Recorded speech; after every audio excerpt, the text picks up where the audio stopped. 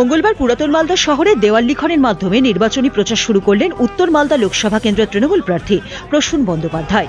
এদিন তিনি শহরের বাঁচামারি এলাকা থেকে একটি মিছিল করেন। পরে শহরের ধানহাটি পালপাড়ায় নিজের হাতে দেওয়াল লিখে বিজেপিকে একটিও ভোট না দেওয়ার আবেদন করেন তৃণমূল প্রার্থী। একসময়ের উচ্চপদস্থ পুলিশ কর্তা বর্তমানে তৃণমূল প্রার্থী হয়ে ভোট প্রচারে নেমে মানুষের পাশে গিয়ে মন জয় করার চেষ্টা করছেন। এদিন তৃণমূল প্রার্থী তথা প্রাক্তন ওই আইপিএস কর্তাকে কাছে পেয়ে শঙ্খ উলুধ্বনিতে বরণ করে নেন তৃণমূলের মহিলা কর্মী সমর্থকেরা। ওই কর্মসূচিতে উপস্থিত ছিলেন পুরাতন মালদা পুরসভার chairman Kartik Ghosh, vice chairman Safikul Islam সহ স্থানীয় কাউন্সিলর শত্রুঘ্ন সিনহা বর্মা প্রমুখ। প্রসূন বন্দ্যোপাধ্যায় জানান, যখন প্রশাসনে ছিলেন তখন আন্তরিকতার সঙ্গে কাজ করেছেন। এখন রাজনৈতিক কর্মী, বর্তমানে একটাই উদ্দেশ্য, মানুষের জন্য এখানেও আন্তরিকভাবে কাজ করা। পুলিশ কর্তা আজ পলিটিশিয়ান, কি বার্তা দেবে?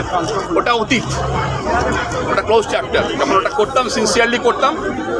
এখন শুধুমাত্র রাজনৈতিক কর্মী, একটাই কাজ, মানুষের জন্য কাজ করা আর বিজেপিকে হারানো। উত্তর মালদায় বিজেপির গড় বলে পরিচিত, এখানে কিভাবে? গড়টাই নেই, ভুলও হয়ে যাবে, যা ভুলও হয়ে যাবে, কিছু থাকবে না, কিছু নেইও, আরো কিছু রাখবো না।